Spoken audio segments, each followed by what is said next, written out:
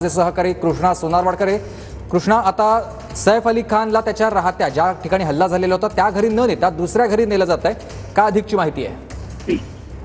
तुम्ही जिथे हा हल्ला झालेला होता ती सद्गुरू शरण ही इमारत आहे आणि त्याच्या बाजूलाच फॉर्च्यून टॉवर नावाची एक इमारत आहे। तिथे सुद्धा सैफ अली खानचं दुसरं घर आहे। तिथे उपचारानंतर आता काही दिवस वास्तव्य जे ते सैफ अली खानचं असणार आहे। मात्र जिथे हल्ला झाला तिथे पोलीस तपासाच्या अनुषंगाने वारंवार भेट देत आहेत। त्याचबरोबर सुरक्षेच्या अनुषंगाने सीसीटीव्ही कॅमेऱ्याचं इन्स्टॉलेशन असेल किंवा इतर ज्या काही संरक्षण जाळी आहेत त्या सुद्धा बसवण्याचं काम सध्या सुरू आहे। आणि या हल्ल्यानंतर सैफ अली खानच्या कुटुंबियांच्या वतीनं सुद्धा योग्य ती खबरदारी घेतली जाते। त्याचबरोबर पोलिसांनी ज्या काही सूचना केलेल्या आहेत त्याची सुद्धा अंमलबजावणी होते आहे। आणि म्हणूनच आताच काही वेळापूर्वी आपण पाहतोय की अभिनेता सैफ अली खानला लीलावती रुग्णालयामधून डिस्चार्ज जो आहे तो देण्यात आलेला आहे आणि पुढच्या काही मिनिटांमध्ये फॉर्च्यून टॉवर मधल्या घरी पोहोचेल आणि त्यानंतर पुढचे काही दिवस त्याच घरामध्ये त्याचं वास्तव्य असणार आहे।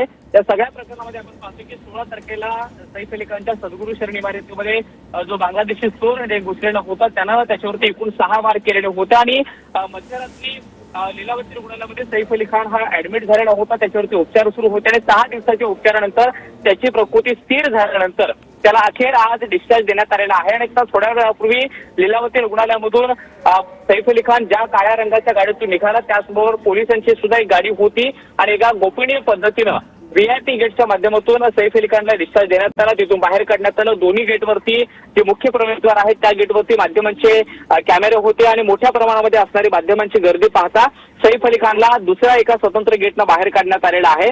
पुढच्या काही मिनिटांमध्ये सैफ अली खान त्याच्या घरी पोहोचेल आणि त्यानंतर पुढचे काही दिवस त्याचं वास्तव्य फॉर्च्यून टॉवर मधल्या त्याच्या घरामध्ये असणार आहे। मात्र सद्गुरू शरण मधल्या या इमारतीमध्ये जिथे ही सगळी घटना घडलेली होती तिथे न राहण्याचा निर्णय काही दिवस सैफ अली खान आणि कुटुंबियांनी घेतलेला आहे। कारण तिथे पोलीस वारंवार जात आहेत, तपासाच्या अनुषंगानं पोलीस भेटी देत आहेत। त्याचबरोबर सुरक्षेच्या अनुषंगानं सीसीटीव्ही कॅमेरे असतील किंवा मग संरक्षण जाळ्या असतील त्या सुद्धा बसवण्याचं काम युद्ध पातळीवरती सुरू आहे। मात्र अखेर 6 दिवस रुग्णालयामध्ये उपचार घेतल्यानंतर सैफ अली खानला डिस्चार्ज देण्यात आलेला आहे।